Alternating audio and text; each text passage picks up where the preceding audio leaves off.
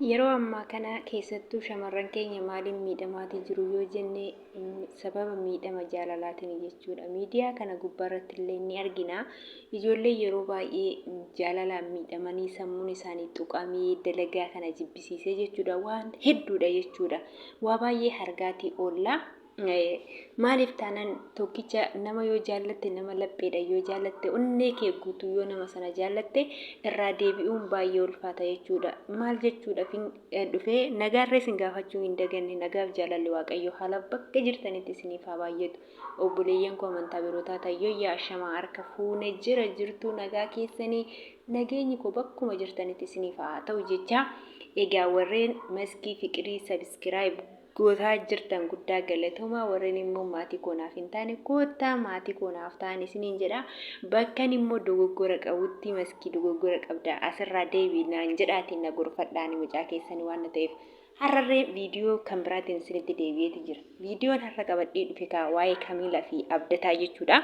Yeroo baay'ee namoonni ani kanan jedhu yoo piraankii ta'e imimmaan eessaa dhufaaf kan jedhudha. Kan gaafii natti ta'e beektanii namni piraankii yeroo hojjetu hundayyuu piraankii wal godhaati yoo laggaruuti immoo imimmaan inni akkasiin nama boochisee akkasiin manatti lama deebisee guyyaadhaan nama ciibsee nama dhibamsu kuni yeroo teessanii yaaddan jaalaluma dhugaatii fakkaata jechuudha. Jaalalli nan qabu otoo hin taane namni jaalalaan hin qabamne hin jiru jechuudha. Jaalalli kennaa waaqayyooti waan ta'eef osuma hin beekin namtirree bakka jaalalli jaamadha yeroo jedhaniin dhagaa. Jaalalli jaamadha bareedadha fokkataadha hin jedhu nama tokkorraa yoo jaalalli si qabe bakka namummaadhuma namaa sanaan jaalalli irraa si qaba malee yookiin qabeenya qabaate yookiin bifa qabaate miti jechuudha.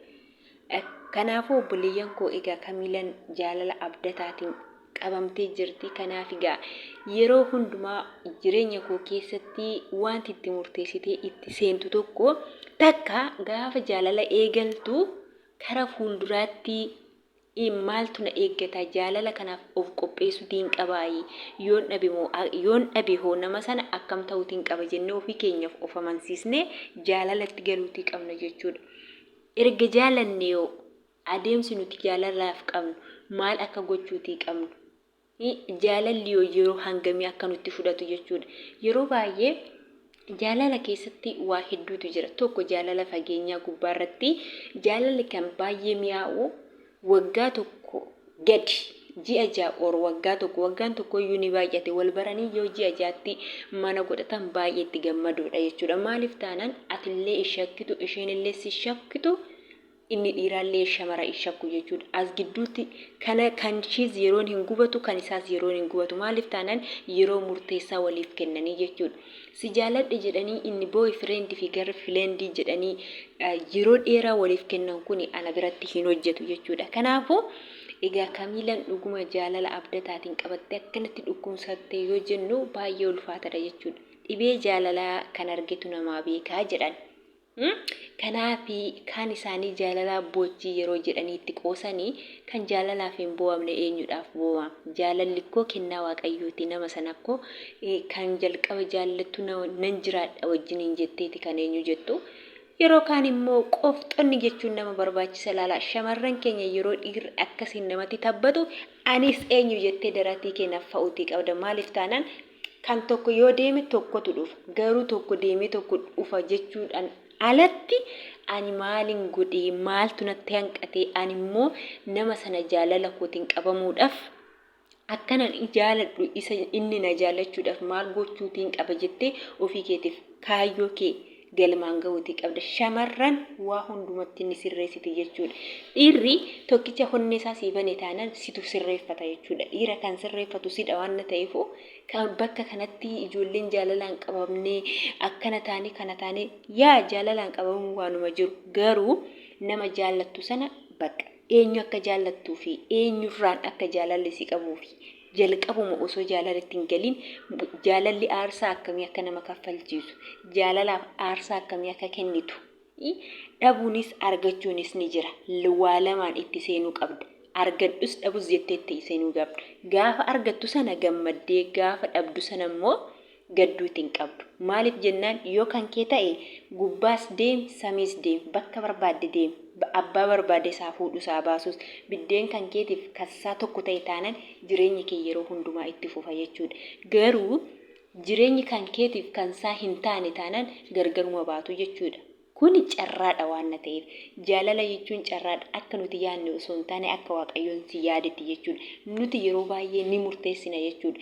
Namoota baay'ee faana jiraachuu nama tokko jaalannee nama sanarraa hawwiin keenya faana jiraachuudha. Garuuti immoo yoo inni gubbaa Waaqayyoon biddeena kee kan keetiif kan ishee tokko hin jenne ta'e anguma barbaade wal jaalladhu. Anguma barbaade wal jaalladhu nama sana faana hin jiraattu. Maaliif taanaan biddeen kee wal faana miti. Nama tokko immoo dhiira tokko immoo hin jaalladhu jettee jibbitee fi itti heerumuu hin dhiistu. Kuni kennaa Waaqayyooti waan ta'eef waan Waaqayyoon namaaf kenne waan ta'eef jaalala boo'uu osoo hin taane gaafa dhaban boo'uu osoo hin taane gaafuma jaalalatti galtu yoon dhabee akkamiin ta'a? Jaalala kana immoo dhabuu woon dhabee maalan ta'a? Jaalala kana immoo kunuunfadhee qabachuudhaaf maal gochuutiin qaba jennee ofii keenyaaf gaafii of gaafachuutii qabna. Namni kun yoo boru na dhiisee deeme akkamiin ta'a? Maaltu narraan gahamuu danda'a jennee sammuu keenya itti amansiisnee ofitti amanannee dhibbaan dhibbatti jechuudha. Itti amannee seenuutii qabna jechuudha. Erga jaalalli nu qabee yookiin dhiirri nutti kooree yookiin nu gatee deemeef immoo nuti sammuu keenya eenyu jechuun dadhabnu. Sammuu keenya boo'uun eenyu jennu. Kara fuulduraatti immoo inni na dhiisee deeme miti rakkoo miti. Ati miidhin hangam barbaade namni barbaade sharri sitti haa yaadu si haa miidhu. Garuu ati nama kaayyoo ta'i. Ati nama kaayyoo taate taanaan kaayyoo kee. Kanaaf obboleewwan koo maal siniin jechuutiin barbaade kanaaf waan hunduma keessattuu yeroo gammachuu keenyas of qopheessu yeroo jaalalaafis of qopheessu erga dhabnees maal akka taanuu fi maal gochuu akka qabnu ofii keenyaaf murteessinee itti seenuu nu barbaachisa jechuudha. Kanaaf dhiirri yoo deeme dhiiraaf hin boo'in. Si jaallata waan ta'eef otoo si jaallate si gatee hin deemu. Giddiidhaan immoo jaalalli sin jaalladha jechuun hin taatu jechuudha. Ilmoo shamaraa immoo yoomumaa ta'e nama hin miidhin dhiira kamuu hin miidhin inni si haa miidhu. Gatii kee immoo Waaqayyo biraan ni argatta jechuudha. Kanaaf viidiyoon har'aa egaa dhimma namaa keessa maaltu nama galche jechuu danda'u garuu wanta viidiyoo sanarraa hubatte dhaloota birootiif qooduu hanga hubannoo keetii immoo yoo viidiyoo sana hubattee yaada kee irratti kennattu wanta gaariidha. Kanaafuu viidiyoo koo yoo jaallattan sheer laayik gochuu hin dagatinaa. Yoommoo qeeqa qabaatan wantoota dubbadhu kana keessatti dubbii koo dubbadhu kana keessatti immoo yoon si mufachiisee jiraadhe dhiifama maqaa Waaqayyootiin isiniin jedha. Kanaaf guddaa galatoomaa turtii gaarii.